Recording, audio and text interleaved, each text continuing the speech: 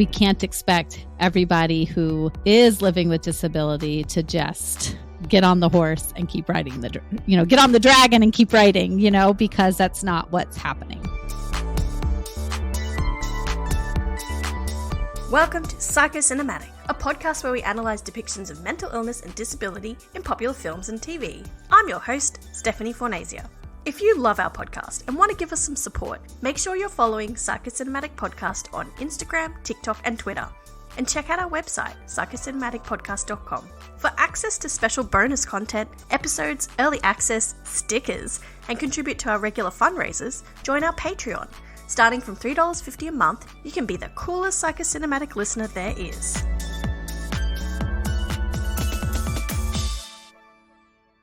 I'd like to start the podcast today by acknowledging the traditional owners of the land on which I'm on today, which is the Wurundjeri people of the Kulin Nation, and pay my respects to elders past, present, and future, and acknowledge that I am recording this podcast on stolen land. And I'd like to introduce my co-host today, Lo Nigrosh. Did I say that right? You did, yeah. Hooray. Welcome to the podcast, Lo. Thank you so much. Yeah, my name is Lo, and I'm also a podcaster, which is how we met. And I have been loving your show, so I've been eating it up. The most recent episode with Frozen was really fun. I loved your Tully episode. There's been so many in the archives that I've enjoyed. Oh, thank you. And you made me do some homework because it's been a while since I have done my homework and acknowledged who the land that I live and work on originally belonged to and really still belongs to.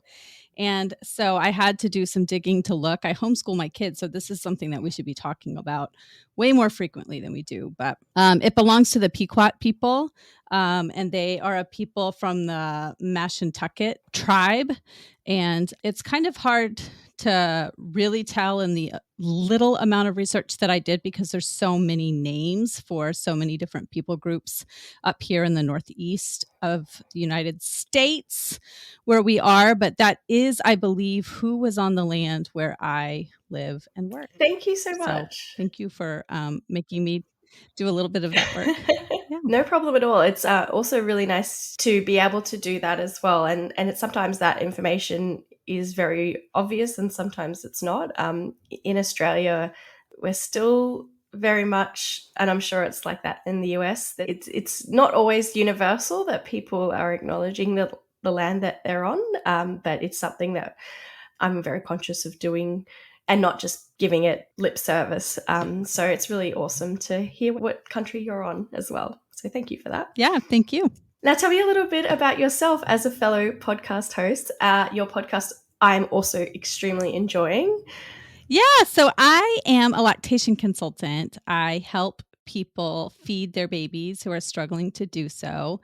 And so many people struggle to feed their babies because of systemic medical and cultural barriers. I think so many people go into becoming parents they think one of two things. They think breastfeeding or body feeding is going to be so hard because everybody in my life has told me horror stories. The same with childbirth, right? And so I'm going to give it a try, but if it doesn't work, it doesn't work. And given all of the barriers that we face, that is a totally reasonable attitude to take when someone is about to have a baby, because it's not fair how many barriers there are. And then there's another group of people who think, well, we have mammary glands. We are mammals. The milk comes. It should just be natural. And so I should just be able to feed my babies. And really, the answer is way more complicated than that, because anthropologically speaking, even if you look at other primates like chimps and gorillas, monkeys, apes, they know how to care for their babies and feed them in particular as a learned behavior, not as an instinctual behavior. And it is the same with human beings. And feeding our babies from our bodies has been disrupted over the last century and a half, really. And so it has become so challenging given how many barriers we face. And so my podcast, The Milk Making Minutes, both in my podcast and in my practice as a lactation consultant, what I do is help people discover how many barriers there were when they were trying to feed their babies. So people tell their stories, and then I use my professional lens to help them unpack that, whether that's explicitly in the moment or whether I kind of come in afterwards and name for my listeners what made that story so challenging. But we don't just share the challenging stories. We share both the triumphant ones and the ones that really highlight all the barriers that people face.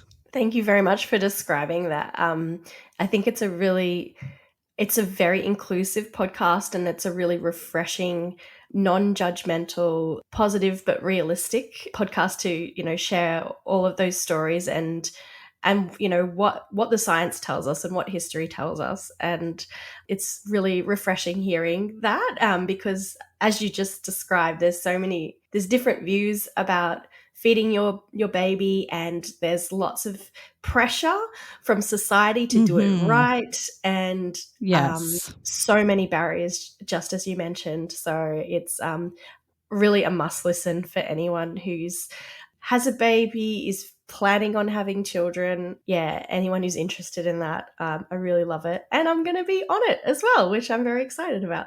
Yes, me too. Yeah, and I think there's an intersection between mental health and what I do, because so many people suffer from mental illness in the postpartum or in the perinatal period. And that pressure that you describe and baby feeding, they are so interlinked with mental unwellness, I'm going to say. Yes. And that pressure starts with baby feeding sometimes, and then it doesn't let up. That's when those seeds of doubt creep in. So I might talk to somebody who had a baby 30 years ago. So my oldest guest had her baby 60 plus years ago, and she's in her 90s now. And it's interesting to see how long it takes people to sink into their confidence as a mother once it has been disrupted by this idea that their bodies failed them or that they're not doing it right. And so I'm here to disrupt that idea that you failed or your body failed, but rather you were failed. If it didn't go the way it was supposed to, there was some break in the link of the system, and it wasn't your fault. And however you needed to get through that period, you did the best you could, and you took each right next step as it came. I love that. Yeah, that's brilliant. Looking forward to talking more of my experience on the podcast. And I do wish that we had waited to talk about Tully, because that was your first suggestion that we talk about today. But we covered that one very early on in the podcast, still during COVID lockdown, and it was definitely something on my mind. But for people who don't know, Tully is a movie charting the, I guess, postpartum period for Charlize Theron's character. And it definitely shares some of the themes that of postpartum mental illness and the struggle of parenting a newborn. So in another life, maybe we would have done that movie today. Well, I don't think I could have done any better than you did. You really, but was it your husband that was co-hosting with you that day? Yeah. Yes. Yeah. So I think you both, you really were able to talk about that movie and bring the juxtaposition of both, yes, there's a light being shown on this issue, and there's something a little off about it that many people who have experienced perinatal mental illness or perinatal, just anyone who has had a baby really and has struggled during that time with an unsupportive partner or whatever, feels that offness about it. So I think you really did a great job with it. I don't think I could have done any better. And I'm very excited to talk about the movie we're going to talk about, because it relates very closely to my own life, because I am disabled. I have a disability. I wear a prosthetic leg. I didn't mention that in my intro. I guess I should have. I was a Paralympic athlete in 2004, 2003 through 2006. Went to Athens in 2004. And so this movie really has a special place in my heart. Yes, thank you so much. And thank you for that positive feedback. So we're doing How to Train Your Dragon, which I didn't know anything about until you mentioned it. Before we go into the actual film, what was your sport that you participated in the Paralympics in Athens? I played sitting volleyball. So I was part of the first women's sitting volleyball team in the United States. So you might know that Amazing. Each Paralympic Games, a new sport gets added. And so in 2004, women's sitting volleyball was being added to the Paralympic Games. And so they were looking for, the US did not even have a women's sitting team before that. So they were looking for athletes to join the team. And I had had a prosthetic my whole life and was not interested in disabled sports. I had always played able-bodied sports. I had never even used the word disabled to describe myself. I never had a disabled placard. I did not grow up in a time where there was as much. I was born in the 80s. I'm 42 now. And so my parents, I think they did a very good job with me with the information that they had. However, there was not this awareness that identity as a disabled person could impact you in some way. And so it was just not something we joked about it. It was not something we had to stray away from as a topic, but there were also not discussions about how disability impacted me, being different from other people. Was that a conscious thing? Was it a way to sort of normalize it for you? Or was it sort of like, we just don't want to talk about it? I think it was a little bit of both. I definitely think they made very conscious decisions not to make me any different than my siblings. And so I had the same chores, I did the same sports. We were very active and adventurous people. And so in many ways that really paid off. And then in other ways, I think it would have been nice to have conversations about how disability impacts a person. And I didn't even start to process that until I was in my 30s. I did it a little bit as a Paralympian when I was surrounded by so many other disabled people, but it wasn't as conscious until I was in my 30s. And I was like, oh my gosh, yes, I am disabled. And this is how being disabled impacts me. So somebody approached me, my prosthetist at the time approached me and said they were looking for athletes to start a new team. And I was like, I don't even play volleyball. And they said they're not looking for volleyball players. They're just looking for athletes. So I went to a tryout. I wasn't interested at all. I was like, I don't do disabled sports. I was 20, I think, or 21. And he said, just try it. Just go to a tryout. I won't pressure you if after you go to a tryout, you don't like it, but you don't know what you're rejecting. I didn't understand the Paralympics at the time. And so I went to a tryout. After the first day of training, I couldn't even sit. And I realized this is a real sport. This is so challenging. And the coach at the time said to me, well, you're not a volleyball player, but you are an athlete. And it's my job to make you a volleyball player and you continue to be an athlete.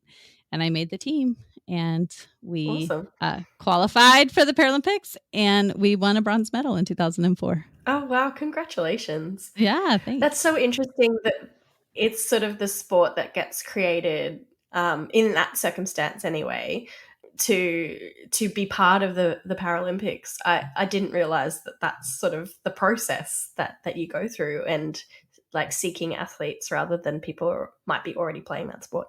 It's not always, but because it was sort of an unusual sport, sitting volleyball on the court, it depends on the sports federation. Like wheelchair basketball, there are wheelchair basketball leagues at the elementary level, at the college level, at the pro level. And so it's very easy to recruit wheelchair athletes, but there are just not sitting volleyball leagues and there are not disabled leagues. So it's much harder to recruit athletes. Hopefully there's a lot more now. There are not actually. Oh. It has been almost 20 years and there are not sitting volleyball leagues. And I find this to be a top-down problem. Are you in a league since then? No. Yeah. So they still look for disabled athletes amongst able-bodied players. They have not developed leagues. That's quite disappointing given... It really is. And that's in the US. Now, in the Netherlands, in Iran, in China, they do have very robust leagues where even able-bodied people play because there is no specialized equipment needed for sitting volleyball. So they have had leagues all across those countries for a long time. And those are very robust national level teams as well, where the competition is quite fierce. But in the US, we have just not put a lot of attention into disabled volleyball.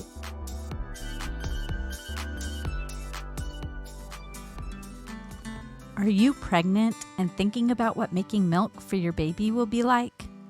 Do you wonder why feeding human babies human milk has become so challenging?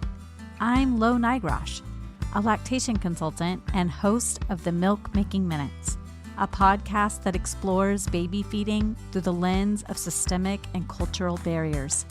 Come listen to others share their insight about their own milk-making experiences and empower yourself to feed your own babies in the way that feels best for you.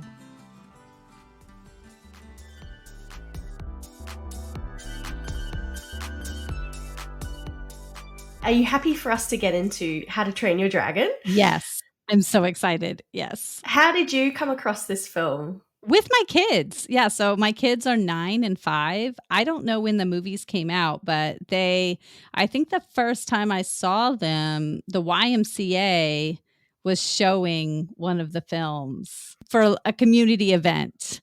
And are you familiar with YMCA? I know of, YMCA. We have a few in Australia. YMCA. I don't know if they operate the same way. Okay, yeah. So it's just, a place where people work out, and sometimes they'll do community events. So they were showing How to Train Your Dragon and allowing kids to create their own stuffy dragon. And so we went to this, and I think they were showing the second one. It must have recently come out then. Well, that was 2014. I just Googled it because I forgot to actually check that. Okay. And the first one was 2010, I believe. Okay, so this was probably like 2018 is my guess. Yeah, so that's how I first got exposed, and I was like, wow, this movie is awesome, and there are so many prosthetics in it, Anytime I see prosthetics in media, books, movies, I'm always pointing it out to my kids, having a conversation with them about the representation. What did they think of it? And so it was really cool for me to just be kind of blindsided by all the prosthetics in this movie. Yeah, I absolutely loved it. And like I said, I didn't know anything about it really. And I'd, seen them around, but had never watched them. So in preparation for today, I sat with my son Casper and we watched the first one and he absolutely loved it and then was happy to watch the second one with me as well, and since then has not stopped talking about Toothless and how Toothless is a dragon. And we went to a playground today where there was a dragon slide and he was just enraptured with it. So it's his new favorite thing, which is great because it's nice to have a bit of variety as well, because he tends to like the same things over and over again, as toddlers tend to do. So it's a new part of our lives, which is amazing. I'm so happy. Yes. The movies really are good. I hadn't seen them in a while, and I was really happy to watch them again. Fantastic. I might quickly go through the plot, which I've taken from Wikipedia because they do a good summarized plot. I'll try and be brief, but sometimes it's a bit tricky. And I'll just sort of explain the second movie's sort of themes, but I won't go into the plot for that, otherwise we'll be here all night. So the Viking village of Berk is frequently attacked by dragons, which steal livestock and endanger the villagers. Hiccup, the awkward 15-year-old son of the village chieftain, Stoic the Vast, is deemed too weak to fight the dragons. Instead, he creates mechanical devices under his apprenticeship with Goba, the village blacksmith, though Hiccup's inventions often backfire. Hiccup uses a bolus launcher to shoot down a Night Fury, a rare and dangerous dragon, but cannot bring himself to kill the creature and sets him free. Before leaving with his fleet to find and destroy the dragon's nest, Stoic enters Hiccup in a dragon fighting class taught by Gobber, with fellow teenagers Fishlegs, Snotlout, twins Roughnut and Toughnut, and Astrid, on whom Hiccup has a crush. Failing in training, Hiccup returns to the forest and finds the Night Fury trapped in a cove, unable to fly because Hiccup's bolus tore off half his tail fin. Hiccup gradually befriends the dragon, naming him Toothless after his retractable teeth, and designs a harness and prosthetic fin, allowing Toothless to fly with Hiccup riding him. By learning dragon behavior from Toothless, Hiccup is able to subdue the captive dragons during training, earning admiration from his peers, but suspicion from Astrid. Hiccup is judged the winner of his training class and must kill a dragon for his final exam. He tries to run away with Toothless, but Astrid ambushes them in the forest and discovers the dragon. Hiccup takes Astrid for a sunset flight to demonstrate that Toothless is friendly, but Toothless is hypnotically drawn to the dragon's nest. There, a gargantuan dragon named the Red Death summons the smaller dragons to feed it live food to avoid being eaten themselves. Realizing the dragons have been forced to attack Berk to survive, Astrid wants to tell the village, but Hiccup advises against it to protect Toothless. In his final exam, Hiccup faces a captive monstrous nightmare dragon and tries to subdue him to prove that dragons can be peaceful. When Stoic inadvertently angers the dragon into attacking, Toothless escapes the cove to protect Hiccup, but is captured by the Vikings. After Hiccup accidentally reveals that Toothless knows the location of the dragon's nest, Stoic ignores his son's warnings about the Red Death and disowns him, which is really sad, setting off for the nest with Toothless chained to the lead ship as a guide. Hiccup is devastated, but Astrid prompts him to realize that he spared Toothless out of compassion, not weakness. Regaining his confidence, Hiccup shows Astrid and their friends how to befriend the training dragons, and they set out after Toothless. Stoic and his Vikings locate and break open the dragon's nest, awakening the Red Death, which soon overwhelms them. Hiccup, Astrid, and their friends fly in on the training dragons, distracting the Red Death. Hiccup attempts to free Toothless from the damaged ship. The two nearly drown, but Stoic rescues them and reconciles with his son. Toothless and Hiccup damage the Red Death's wings before luring it into a dive and firing a fireball down its throat, killing it. In the explosion, Toothless shields Hiccup, but Hiccup loses his lower left leg and faints. Awakening sometime later, Hiccup finds that Gobber has fashioned him a prosthetic, and he is now admired by his village, including Astrid, who kisses him. Berk begins a new era of humans and dragons living in harmony. And then just the second film, How to Train Your Dragon 2, is sort of catches up 5 years after those incidents, and the dragons and the villagers of Berk are living together in harmony. The villagers made adaptations and adjustments for the dragons to coexist together with the town folk. Hiccup's being pressured by his father to become the chief, which he's not sure about. And there's a villain called Drago, who's a dragon master who uses fear to control the dragons. And in the past, tried to offer protection to all the chieftains, but if they pledged to serve him, but when they laughed it off as a joke, he had his dragons attack everyone, and Stoic was the only one who survived. Hiccup also meets his mother, who ran away after she wanted to befriend dragons, and so she ran away from Berk, and she's now become a dragon rescuer. Valka is her name, played by Cate Blanchett, an Australian. And Stoic is sadly killed in battle, where there's a battle between sort of the Drago's Bewilderbeast, which is like an alpha dragon, and the one that Valka has been protecting.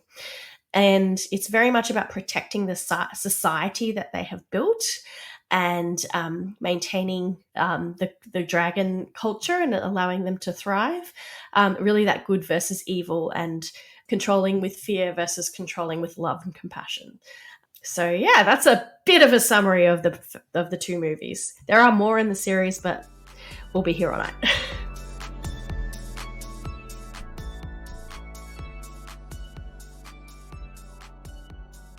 Usually what we do at this point is talk about the lived experience of the people creating the film and anyone who's in the film.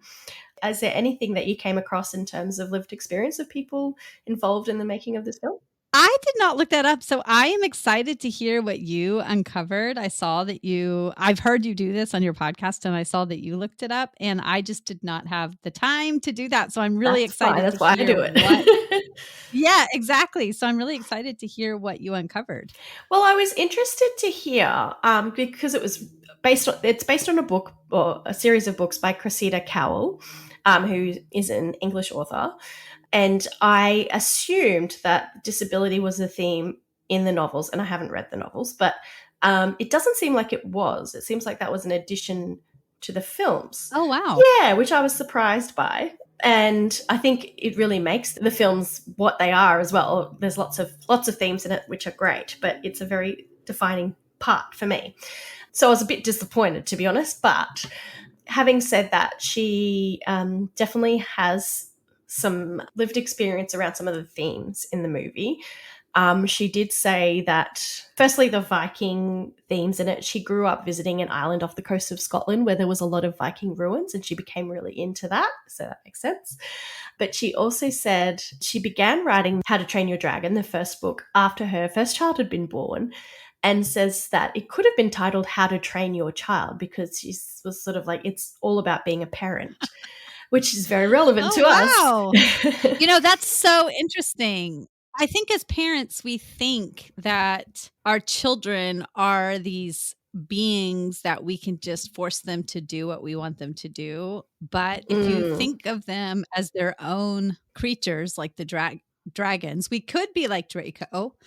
But is that relationship going to turn out very good in the end? Probably not. But if we're more like Hiccup in our approach, building a relationship and learning what makes them tick, we're probably in the end, in the long game, going to have a great relationship with them that lasts for a really long time. 100%. Definitely that sort of controlling versus and deciding what happens, that sort of punitive approach versus taking the child's lead and going with them, or like that. I love that scene, and I watched it again today because Casper wanted to watch it, where Hiccup starting to figure out like what is safe for Toothless and what doesn't feel safe by, having the knife and then throwing the knife away and things like that. And then he puts his hand out and like doesn't give him eye contact and then waits for Toothless to sort of meet his hand to actually touch each other. And that was just such a perfect example of like a bit of a dance that you have with picking up on your child's cues and also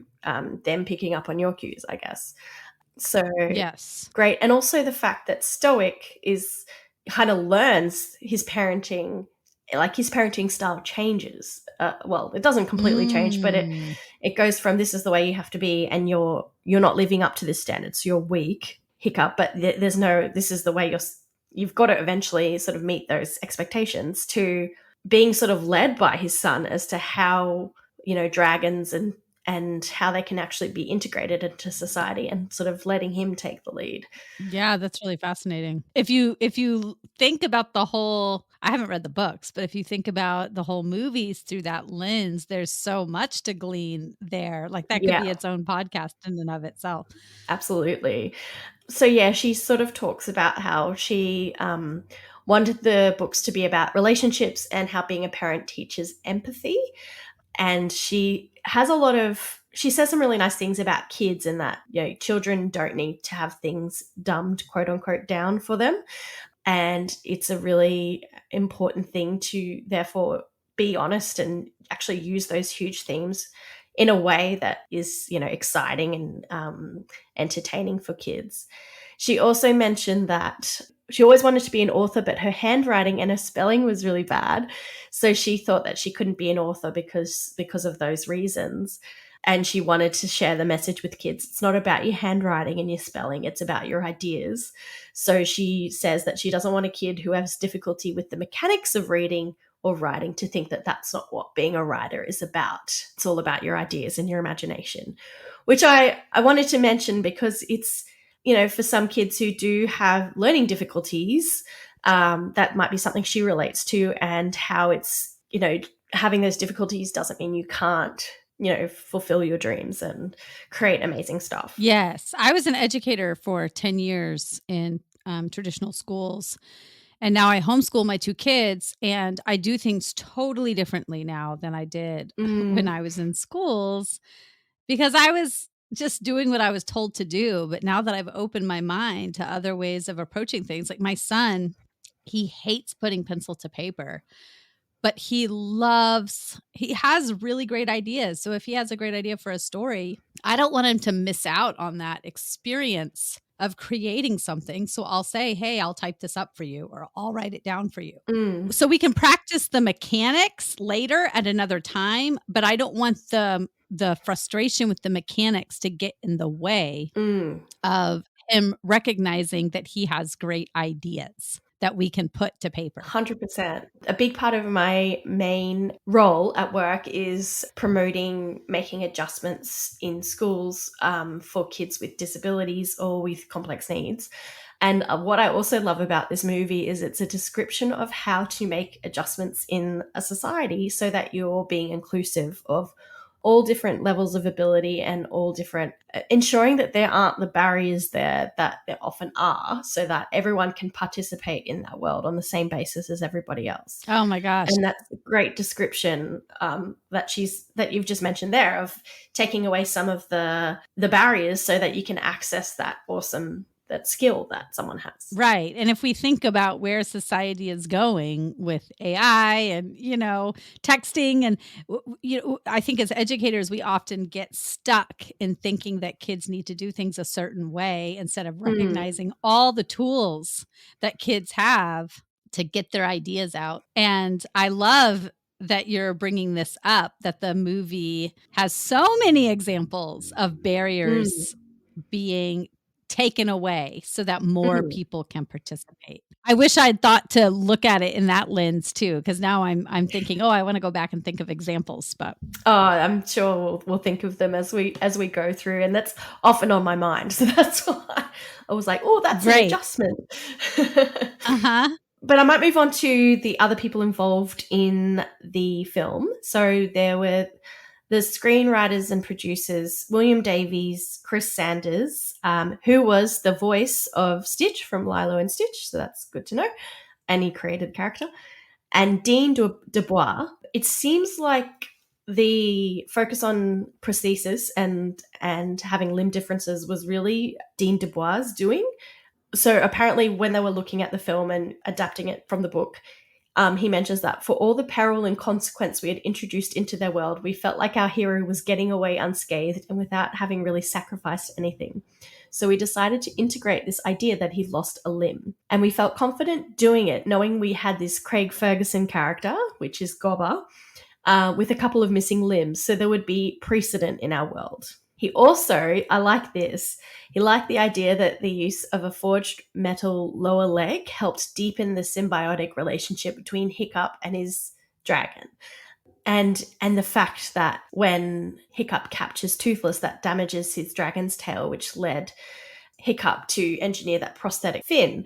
And so Dean Dubois says, it's a loss that linked the two of them narratively, emotionally, and even physically, because then when flying, Hiccup uses a stirrup which attaches the dragon's mechanical tail. And apparently they tested it with an audience and they really loved it and they really wanted it to be in the final film. Knowing that, what are your thoughts on how that sort of was integrated into the film? Yeah, so I had a discussion. I sat down at dinner last night with my family and we talked about the themes we saw related to disability in the films. My kids are 9 and 5, and my husband actually is my prosthetist. He's works in prosthetics and orthotics. So he became a prosthetist. I know. He became a certified prosthetist and orthotist after we met. He went back to school, and so he lives in this world all day, every day. And so I was really interested in his thoughts too about the film and how it portrayed disability and prosthetics specifically. And so I asked my family, so just the general question, first of all, how do you think it portrayed disability? And then secondly, what do you think about the idea that there were so many people with disabilities? And one of the things that got brought up was this relationship between Toothless and Hiccup. and that they really, I think it was my husband that brought it up, that it was the disability that brought them together initially, and that it was hiccup that caused the disability, but then it was also the disability that allowed them to forge a relationship, and to essentially it created sort of this dependence between Hiccup and Toothless. Toothless could not fly without Hiccup. And so Hiccup created this prosthetic limb. And so it kind of showed that there was this dependence. And not every disabled person is dependent on somebody else for their care. And I don't think the movie shows that. But in this case, in order for Hiccup to be a dragon, at least initially, he did need Hiccup to fly, and Hiccup forged that. And then that's what allowed them to have the relationship that then changed the entire relationship between all of the village and all of the dragons. So that was sort of an interesting point, that the disability of the dragon was what really changed the course of everybody's life. Yeah. So was that sort of seen as a positive for your family in that depiction, or was there some? Yeah, I think it's positively depicted, but it has, the idea of it has some nuance, right? That he would not have been disabled had he not been shot down. And my son, who's 9, when I asked, what did you think of this idea that so many people were disabled? He said, I think it depicts that they were in a time of war. Oh. And this is not something that I had considered, but it is so true that they had been warring for a long time against the dragons. And he said, and in times of war, people often get injured at higher rates, which is very true. In the time of post 9/11, when the war in Afghanistan has been going on for so long, I have met so many disabled athletes who have received their disabilities as a result of serving in the Middle East. And so in times of war, we know that there is an uptick in disabilities. And so it was very interesting that my son was the one who pointed this out, that yes, when you have two groups that are warring, there are going to be there are much higher representations of people who are disabled, because they're going to have injuries from that warring. Yeah, very good point. I can't believe we didn't think of that. I makes know. So much sense. Yeah, because I was kind of like, does it become a little overdone when you see so many disabled people in the movie?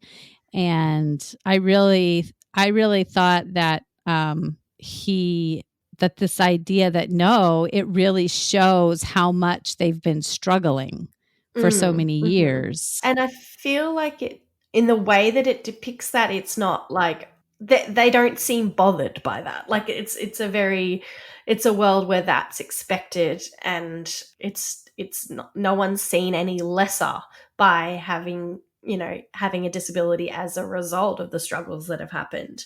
Right. They continue with their duties, whether they're a warrior or And then who's the bad guy in the end of the second movie? Grok? No. The Drago? Yes. And the surprise at the end is that he also has lost his arm. And the theme that my husband pointed out was that sometimes you can receive a disability, or you can end up disabled, and that can eat at you. And he has been blaming the dragons for this disability for so long.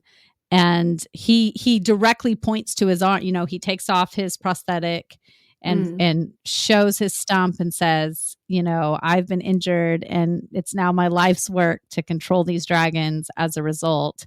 Whereas other people in the movies were able to recognize their role in warring with the dragons, and to see that it wasn't necessarily the dragon's fault that they had been injured by them, and to kind of move on from their injuries. But he was not able to, for whatever reason. Yeah. I like his inclusion because it's almost like so. Well, I guess we get to stereotypes soon, but that doesn't matter. Like there's so many tropes around villains having a disability. Like most Disney villains have some sort of disability in some way. Like Scar in The Lion King has a facial difference with a scar on his face. Captain Hook, etc. So having that inclusion and being like, it's not the disability that makes him a villain, it's how he's choosing to be in this world, essentially, which is different from the hero, etc. Because the hero has a disability too. And the fact that it's not, I guess, that response being to try to control and see with hate, like I guess act with hatred and fear towards the thing that has caused the disability. Whereas if society is actually the thing and the community is the thing that changed so that it's inclusive and accepting of the disability to reduce the barriers of the disability, then there's no need to, well, apart from the fact Drago obviously had some issues, there's no need to have so much fear and hatred and let that drag you down, I guess. But in an ideal world, that's how that would that's how the response to disability would be. Right. But you can see how in a world like ours, where there is so little acceptance of disability or so many barriers to living in a world with disability, that bitterness can start to well up. Now, I happen to have a disability that at this stage in my life is pretty minimal. I think as I get older, it might become more and more difficult. But to this point in my life, from birth till 42, I've been pretty lucky, and I have not had a lot of mobility challenges, and I'm able to get into any space I want to get into, but that is not the case for all people with disabilities. And, so in a world where people with disabilities are not considered and they're constantly having to fight for their right to be included in a space, it is perfectly understandable when that bitterness starts to take hold. So I don't want anyone to think that I am thinking, that I'm saying I have a disability and it's been really easy for me to just have a positive outlook and move on with life, because that's not, that's kind of portrayed in the movie a little bit, and it's simplified. It's a cartoon, right? Yeah, exactly. And in the world of Hiccup, everybody did listen to him and adapt.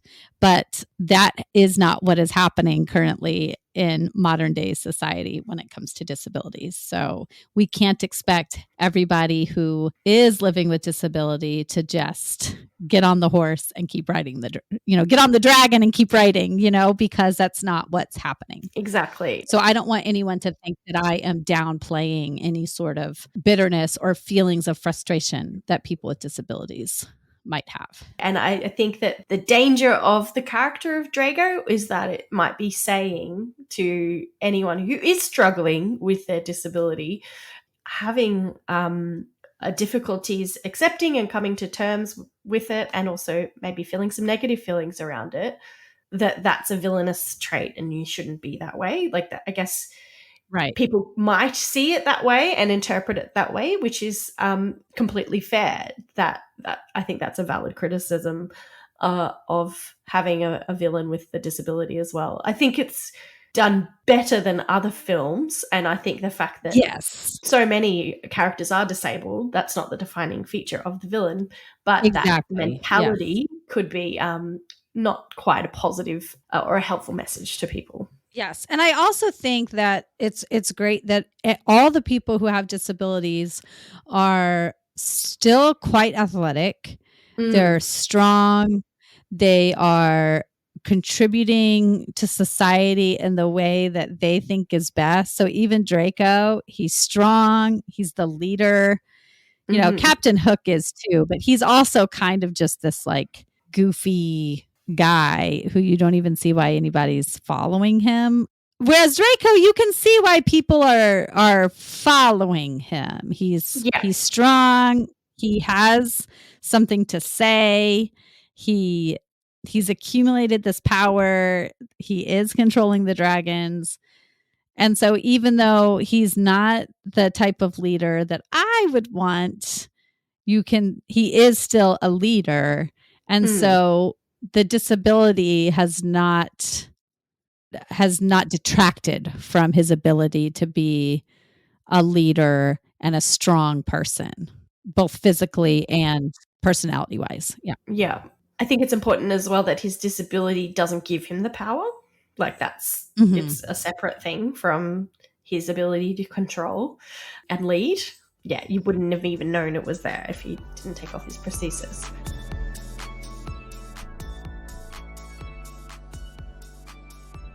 I kind of want to talk more along these lines, but I'll just finish up with a couple of the performers involved and their lived experience. Oh, yeah. None of the voice actors in the movie had or identified as having a disability of any kind. However, a few of them do have mental health issues. Jay Baruchel, who voices Hiccup, has generalized anxiety disorder, like me, which was interesting.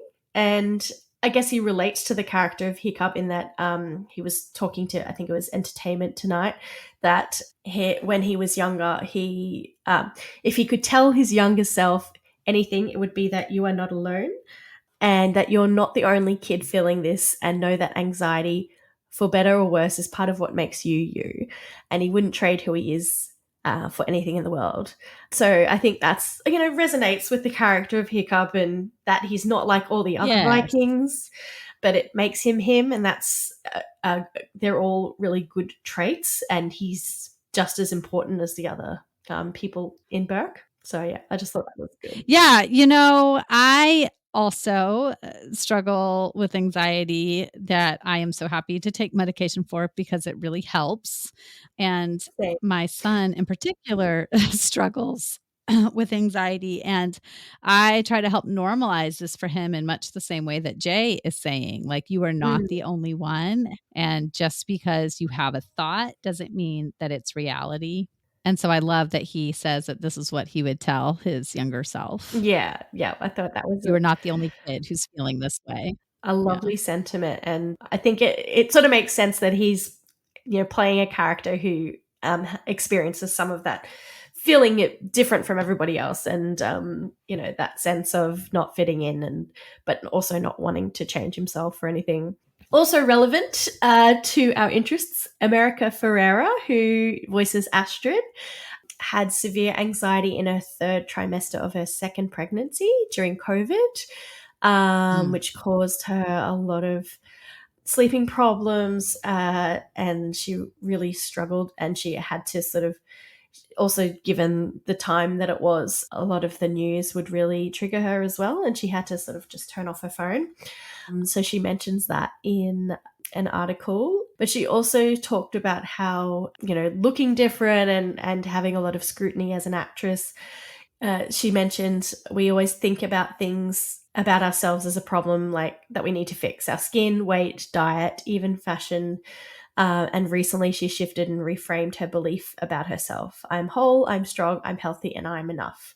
And she said she's had a history of injury and pain since she was a teenager, and she finds the best way to transform her story around that physical trauma is to feel her strength. So yeah, I didn't dig too deeply into America, but it sounds like she really relates to some of the experiences in the movie, but also just generally very relatable stuff. For sure. And I didn't know her by name either, but I definitely know her by looking at her. Her parents are Honduran, which I didn't realize. She was born in America. And I find it interesting.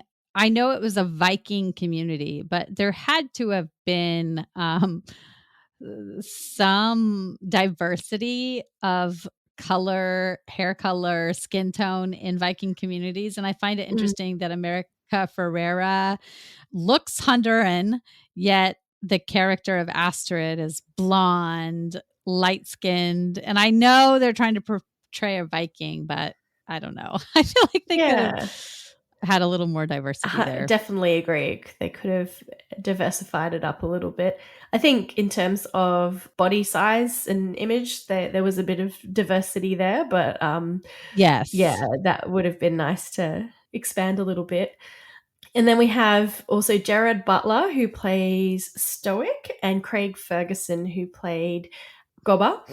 Both quite, I think, Scottish. I'm not sure about Gerard, but Craig is very Scottish. And both of them have had a history of alcoholism. And Gerard Butler has had a history of addiction to painkillers, which he's been treated for. But I was interested in, I didn't know anything about Craig Ferguson, but he was one of the few people, this is just an aside, who, when everyone was making jokes about Britney Spears during the time that she very publicly shaved her head in about 2004, I think, was one of the few people saying, let's not make jokes about this woman who's obviously going through a time. That's fantastic. It makes me love him. Really, really respect him for that, because not many people were holding back. And there's a clip on YouTube of him like being very honest about, like, I went through mental health issues, I went through addiction issues, and I know what that's like. Can we just stop making fun of it? So anyway, just love that. Yeah, I think that's great.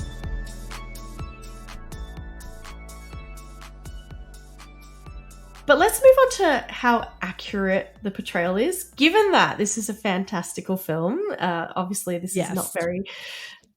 everything is very inaccurate because it's a fantasy sort of piece.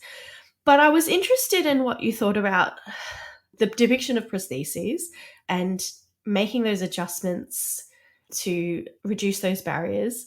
Because the way, like you mentioned, with the dependence between hiccup and toothless, I also saw that as an example of interdependence, where I guess dependence on a mobility device or a prosthesis is a way to help you access the world, but it's not being completely independent, but it gives you independence, if that makes sense. So I don't know if that's the right description of interdependence, but it sort of, to me, sort of shows that throughout a lot of the use of the themes in the film. Yeah. So I actually had a great conversation with my husband about the accuracy, because I wanted to know his take based on his knowledge of historical uses of prosthetics. So I asked him what he knew about the use of prosthetics in that time, knowing that it's a cartoon and it doesn't really matter. But I was just curious. But my own take, so when I watched it, I thought a couple of things. I thought, first of all, when he showed, when the showing of Toothless's recovery and learning to use a prosthetic was really good. It showed this long stretch of time. It showed lots of trial and error. It showed not getting it right the first time. It showed going back to the drawing board multiple times. And I love movies that depict that, especially when I'm watching them with my children, because I always point out, look, they didn't get it right the first time. They had to try and try again. And that is so true when it comes to prosthetics too. I've been wearing a prosthetic for 41 years. And even now, when I get a new prosthetic, it's never going to be right the first time. I always have to go back and get adjustments. Luckily now it all happens at my house because my husband just brings home the prosthetic equipment that's needed. But yeah, I know. But it takes multiple attempts to get it right. So I thought that was good. The thing that I thought was a little, so, you know, at the end of the first movie, Hiccup loses his leg. And then you see him in bed. So you see that it has been a while. But then he stands up and he puts on a prosthetic and he just walks away. And that is not what it is like to learn to use a prosthetic. I have that thought as well. Surely it's a bit harder than that. And I know that when you are producing a movie, you have to make cuts and there are, you know, decisions about timing. And this was not a movie about disability. So, but I just, when I saw that, I was like, well, you know, I wish they would have shown the struggle a little bit more with him, that you cannot just stand up and wear a prosthetic. But it's really a very small complaint in a movie that shows disability in a way that I feel very proud of. So it was like it was probably my biggest complaint of disability portrayal in the whole movie. I thought that as well. And then I thought, because also the fact that he sort of locks his prosthetic into the brace to ride Toothless, and off he goes. But then it's like, but also we can't ride dragons. So of course, it becomes a bit absurd when you analyze it too deeply. But, you know, like I also thought he's woken up. He doesn't even seem to have any pain.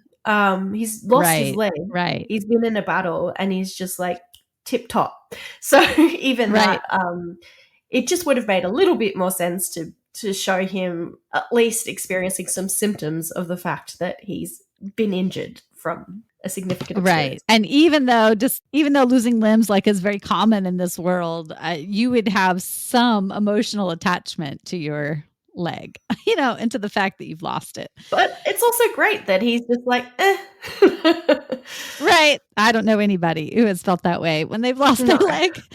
No.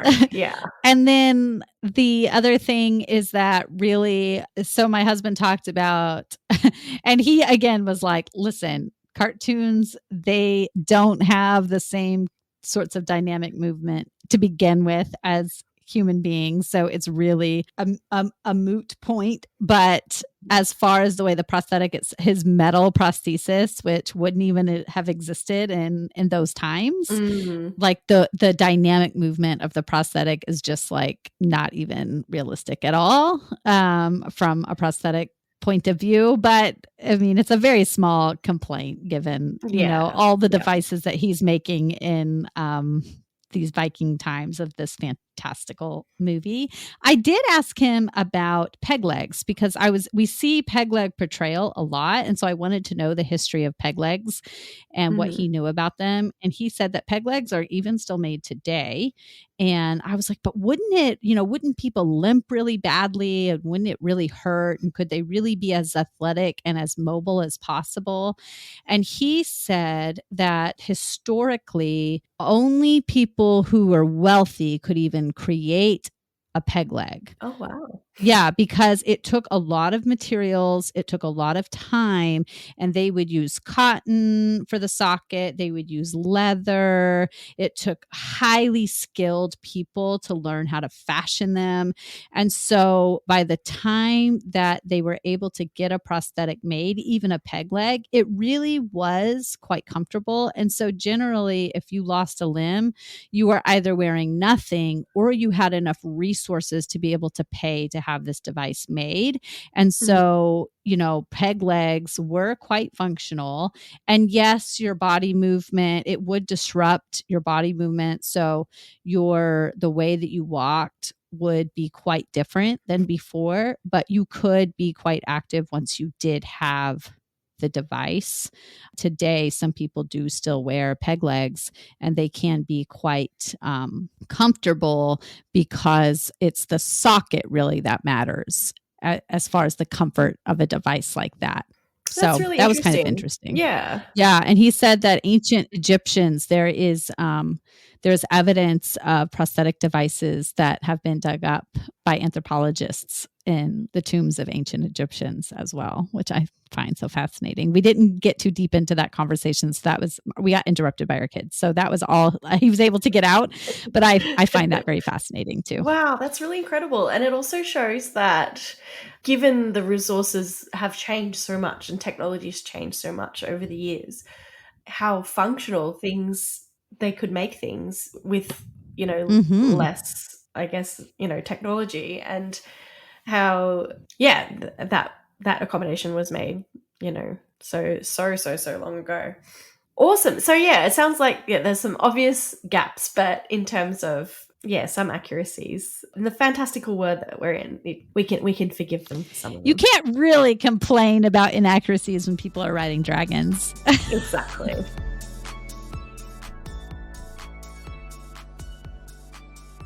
We've kind of touched on this a fair bit in terms of stereotypes, because to me, this is a movie that very much subverts a lot of stereotypes. But is there anything that you thought did sort of perpetuate a stereotype or a trope in How to Train Your Dragon? Not really.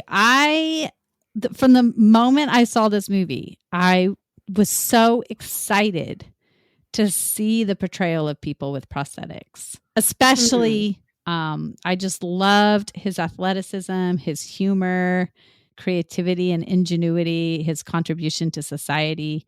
So I really felt very pleased with the kids movie that had such dynamic characters with disability, because it's really quite rare. Yeah.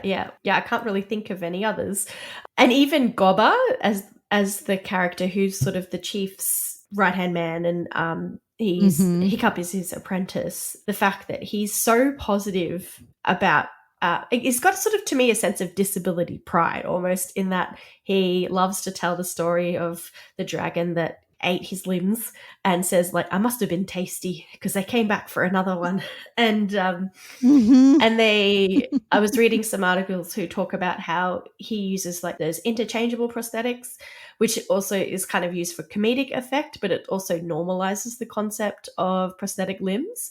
The fact that he's given such a high position of authority and respect, and it sort of dispels that concept of someone with a disability being sort of in need of pity or being feeble. He's got a lot of power. He's a teacher. He's the trainer of the other Vikings. And the fact that we are already introduced to that theme of disability from the very beginning of the film, I thought was just like already from the get-go so refreshing. And something that I just thought of was tell me the villain's name again. I'm sorry, I can't. It doesn't stick in my mind. Drago, yes. I really liked that they showed his stump. And you don't see that very often in movies like this. And it was a really real looking portrayal of a high upper extremity stump, in my view. I like to always, when I talk about my disability and my experience of disability, I should have said this at the beginning. These are my views only. They are nobody else's opinions. I am not representing the disabled community. I am representing myself. At the end of every episode. Just so okay, good. I am representing myself as a disabled person. So somebody else might have a completely different opinion about this, especially somebody who has upper extremity disability. But from my view, having played with a lot of disabled athletes, I thought it was very great, because many of my friends who have disabilities of the upper extremity, they don't wear their prosthetics as frequently as those of us who have lower extremity disabilities. And so you see their stumps more frequently. I often, when kids ask me about my prosthetic, I will say, would you like to see it? Would you like me to take off my prosthetic so you can see it? Because I would like to, as somebody who feels very comfortable with my body in that way, not in all ways, but in that way, I would like to help people to feel comfortable with being around a different body. And so if I can take off my leg, show them my stump, ask if they want to touch it, then that gives them the opportunity to be around somebody who's very comfortable. So maybe the next time they're around somebody who maybe is less comfortable, they will feel more comfortable. And so just having that vision on the screen of a stump, I thought was another added plus. I wish it wasn't the villain stump, though. I wish it was more than one. I know. One depiction. I know. That's true. That is true. I know. And I wonder if that was intentional. And that might fall under a trope a little bit. Yeah. That is my thought as well. But yeah, it's, we can forgive it for a few things because of the general view that its disability isn't a bad thing. It doesn't mean you're supposed to be sad or down about it. No one is a villain or a hero because of their disability. And also the themes of eventually integrating, by the end of the first movie, they've completely integrated dragons into their society as almost like they've domesticated them as their pets, but they're also learning how to live harmoniously with them and changing their world to make accommodations for the dragons as well. Although I don't love their use of like sheep as a ball for their games. Right, exactly. Yeah, you've got to have something. But it's also a good example that, like, as I was saying, like adjustments in society, for any sort of group that's othered or feared, which disability can often fall into that category as, something that people don't know much about, so they fear. And same with lots of different marginalized groups, and how that mind shift and changing the culture and the community to be accepting and live alongside this group of creatures has been a really positive outcome. And not only that, but to see the ways in which they can improve society. So Exactly, yes. I've heard a lot of talk recently about if we think, for instance, I heard this podcast recently talking about doing trials of accepting disabled people into the NASA space program. And the reason why they were talking about that is because if you only have able-bodied people in the space program, well, then you don't have people, like, for instance, if you have a blind person in the space program, their ability to adapt without sight brings something to that space environment that somebody who has never had to adapt in that way just does not have. Or somebody who wears a prosthetic limb, they might be able to squeeze into a space that somebody who has all of their limbs is not able to squeeze into. And so thinking outside of the box of like, oh yes, we're going to open up diversity for diversity's sake, and actually saying, no, people who have disability can actually bring something to the table that able-bodied people cannot bring to the table. And that's why we need them included in these spaces. And so the Dragons brought something to the table that, Hiccup says we can go further now than we've ever gone before.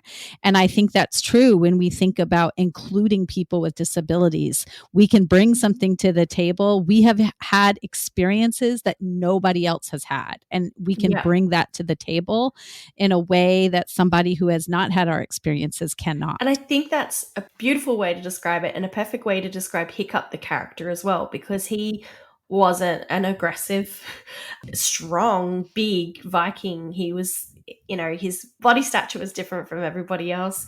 And I guess we see later on, it's kind of his mother's trait as well, is that he didn't have that instinct to kill a dragon. He couldn't do it. And that actually seeing as a weakness initially, but actually being a strength, because it was that ability to empathize and to connect that led the society to thriving by the second movie. Is also an example of making an adjustment in your classroom that will benefit someone who's disabled in the room can also benefit everybody in the room. That's just, thinking about it in terms of schooling. There's a great cartoon that I found where, there was snow on some stairs and a ramp, and there's the student in a wheelchair and other students, and the man, like, getting rid of the snow is like, I'll just scrape the stairs and then let all these people in, and then I'll scrape the ramp. And then the person in the wheelchair is like, if you just scrape the ramp, we can all get in. And that's a really good example of what benefits one benefits all. Right, exactly. Yeah, often when I'm thinking about tools that will help my son who's anxious, neurodivergent, I'm like, this would just help everybody. Exactly. This would be great practice for everybody. And I wish I had known about it when I was in the classroom. I just want to reiterate how athletic Hiccup is, even after his disability. Being a disabled athlete, that was and all of them, really, all of the Vikings are so athletic.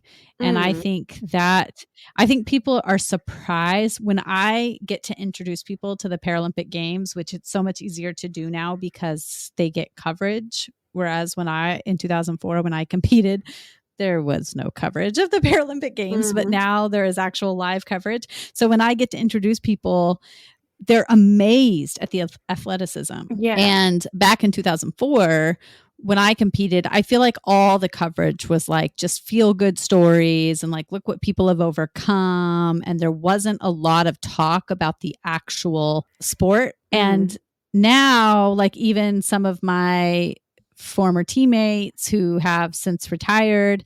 They go out and broadcast. So there's actual sitting volleyball players who get to broadcast for the major networks, which really helps, legitimize the coverage.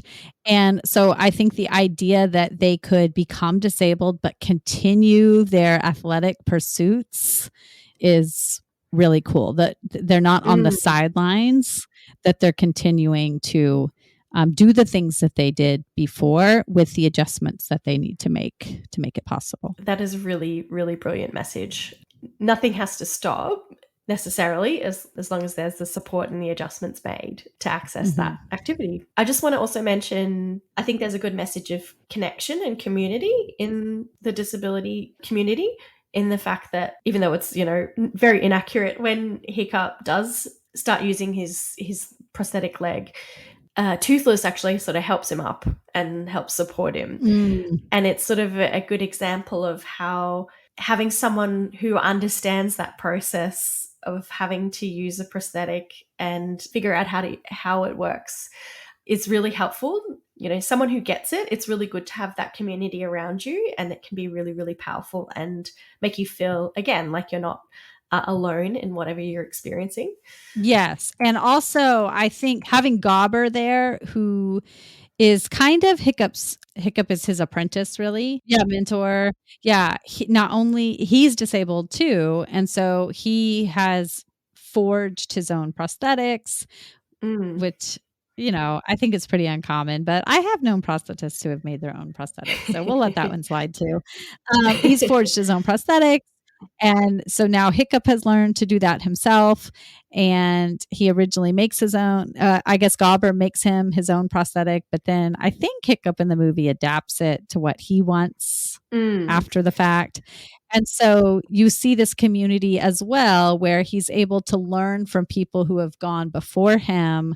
Exactly, I think this is so important in the disabled community. Like I talked about when I gave my long-winded introduction to myself and my disability, I didn't really know other disabled people. And then when I finally did, there was this sense of like, oh my gosh, these are my people. And to this day, when I see somebody with a prosthetic at the gas station and I'm wearing jeans, because I don't, I do limp, but unless it's like hard to identify what the limp is from. I want to tell people, me too, I'm one of us.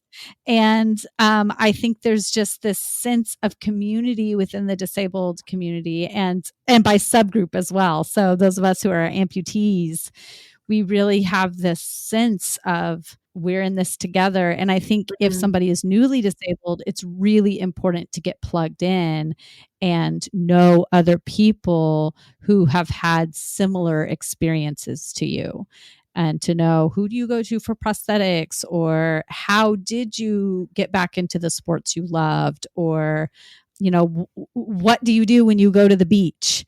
Those sorts of things that people don't have to think about unless they've been in that situation. Exactly. Which is super empowering, and also just, helps you to feel like you belong, and there's part of community, and there's a place to go to, like you just said, access all that information. That's really helpful. So yeah, I really liked that. Before I move on to our last category, which is helpful or harmful, which I think we've figured it out mostly that it's very helpful. When I was researching, I came across an article that looks at what we call the Fries test, which is by a disability advocate, Kenny Fries. Have you heard of Kenny Fries? No, I don't think so. I had not either, but he has developed a disability representation test in film, and it's just like, oh my gosh, this is amazing. In 2017, he defined this test through a series of 3 questions. The first one is, does a work have more than one disabled character? And there's a big tick for this movie. Also, what we haven't mentioned is Gothy, who is like the spiritual leader who's nonverbal as well. So it's also good to see a different type of disability in the depiction as well. Oh, yes. Uh-huh. The other question is, do the disabled characters have their own narrative purpose other than the education and profit of a non-disabled character? which is so commonly the case in film, where the disabled character is really just there so that the main character can learn something or be better. Which is why I loved this film, because Exactly. Hiccup is the main character. It's all about him, his creativity, his bringing everybody else along. I just loved it. Exactly. And every character has their own arc, and different level of power and hierarchy, respectability, that's disability not being their defining trait. So yeah, definitely ticks that box. And then the last question is the character's disability not eradicated by either curing or killing? Which again, big tick, because there's absolutely no question of the disability being eradicated at all, but definitely not from either curing or killing it. So that's great. I love it.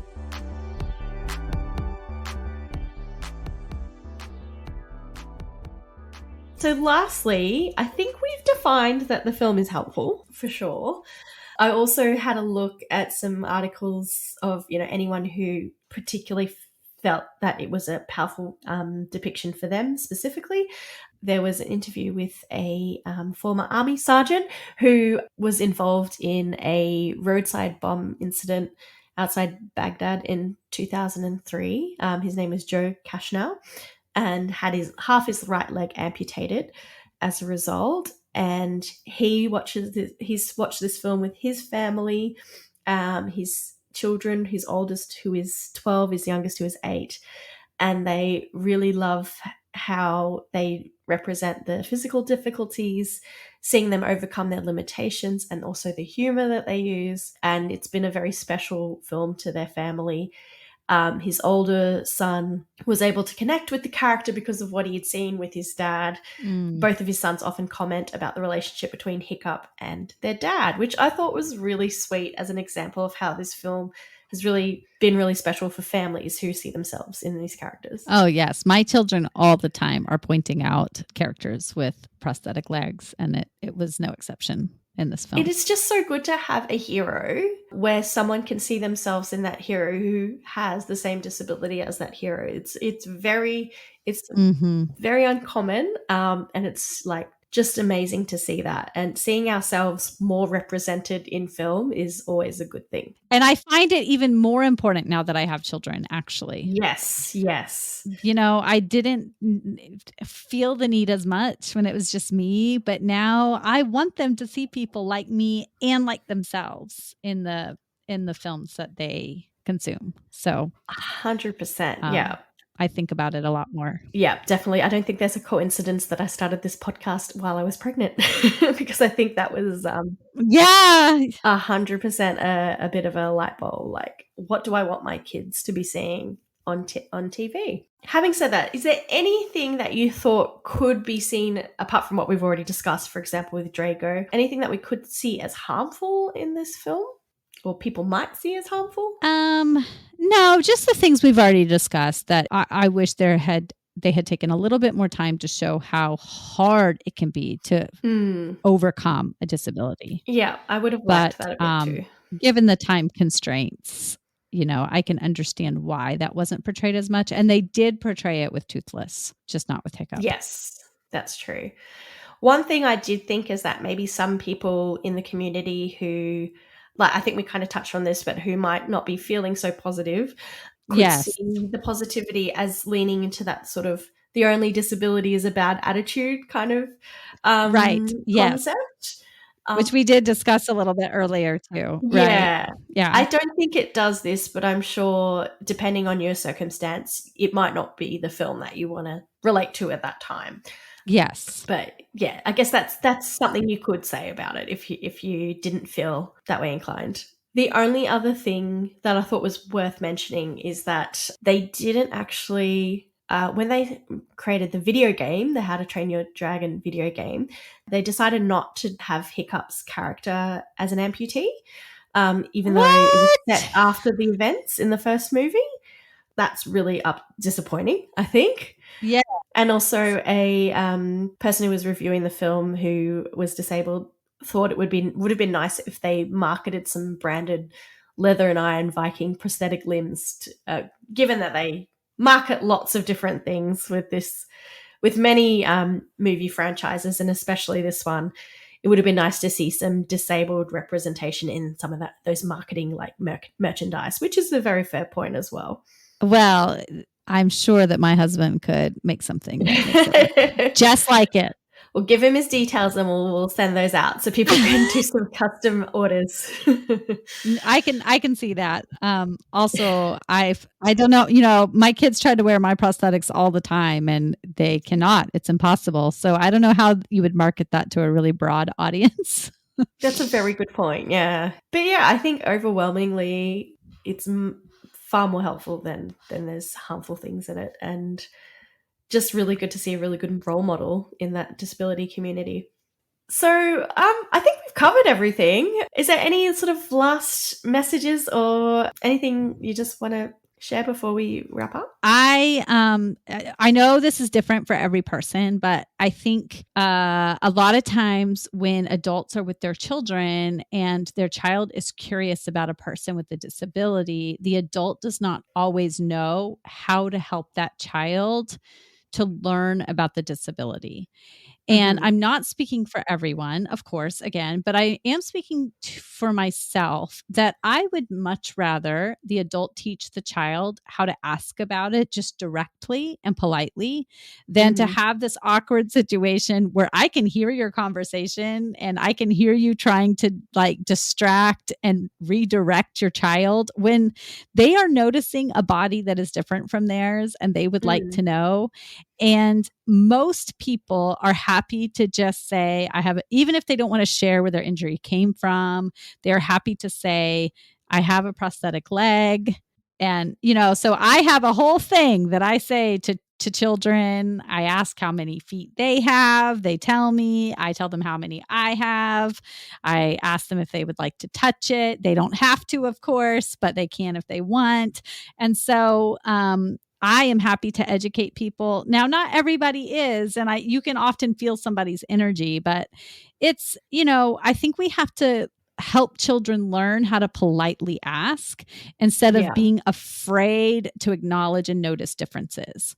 And so I would like to give that as my little plug. And you know what? There are going to be times when you ask and the person is not interested in answering, but don't let that deter you from saying, okay, great. My daughter just wanted to know, and I'm sorry that we disturbed you. That's totally fine. And you can walk away.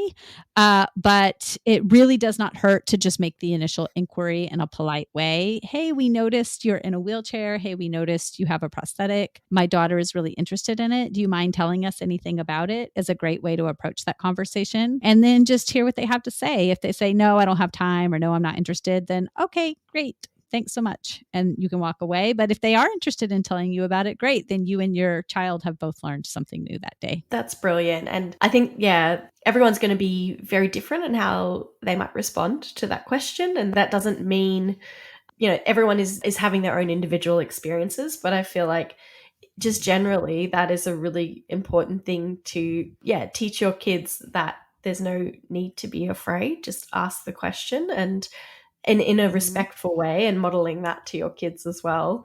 Because, I feel like traditionally society just wants to sort of brush things under the rug that are a little bit different. And it's up to us to shift that mentality as for our kids to sort of continue that on. So thank you very much for that. Yeah. Really important message. And I've noticed that once kids learn about it, they can move on from it. Yeah. They don't have to keep talking about it. They're usually fine. It's the same with queer community and LGBTQI plus issues. Yes. Most kids, once they learn that that kid has a mom and a mom, they're all right. Like, it's really not a big deal. It's almost like we just need to kind of see things through kids' eyes. Things are different, and that's fine. Once that's explained, that's all we need to know. Exactly. Well, thank you so much for joining me, Lo. This has been such an awesome conversation, and I'm very excited to keep watching this franchise over and over again. So thank you for introducing it to me. Yeah, this has been so fun.